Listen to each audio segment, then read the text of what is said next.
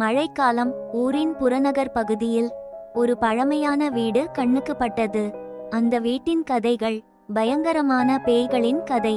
அங்கே யாரும் குடியிருப்பதில்லை. அந்த வீட்டின் சுவர்களில் எப்போதும் ஒரு சப்தம் கேட்கப்பட்டது. சுஜாதா ஒரு ஆராய்ச்சியாளர். அந்த வீட்டின் மர்மத்தை ஆராய தீர்மானிக்கிறாள். அவளுக்கு பேய்களால் மயங்கியவர்கள் எனும் போய் கதைகள் பிடிக்கவில்லை. அவள் உள்ளே நுழைந்ததும் வீட்டின் காற்றில் ஒரு திசை சுழற்சி உணர்ந்தாள்.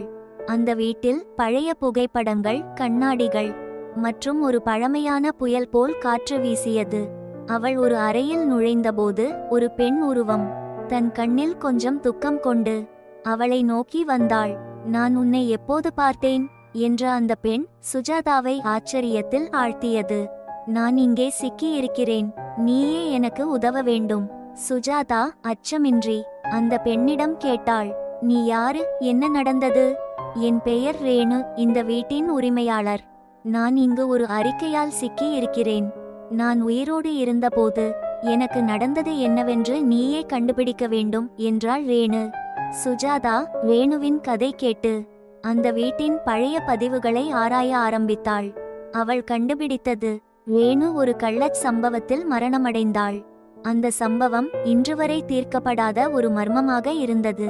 அந்த மர்மத்தை தீர்க்க சுஜாதா ரேணுவின் கடந்த காலத்தை கண்டுபிடிக்க முடிவு செய்கிறாள். அவள் 4 நாட்கள் கழித்து அந்த வீட்டின் இரகசியங்களை முற்றிலும் வெளிக்கொணர்ந்தாள். கடைசி நாளில் சுஜாதா ரேணுவின் மரணத்தை வெளிப்படுத்தும் போது அந்த வீட்டின் காற்றில் ஒரு பயங்கரமான காற்று வீசியது.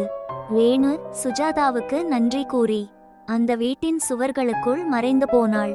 சுஜாதா அந்த வீட்டின் மர்மத்தை தீர்க்க தனது ஆராய்ச்சியில் வெற்றி பெற்றாள்.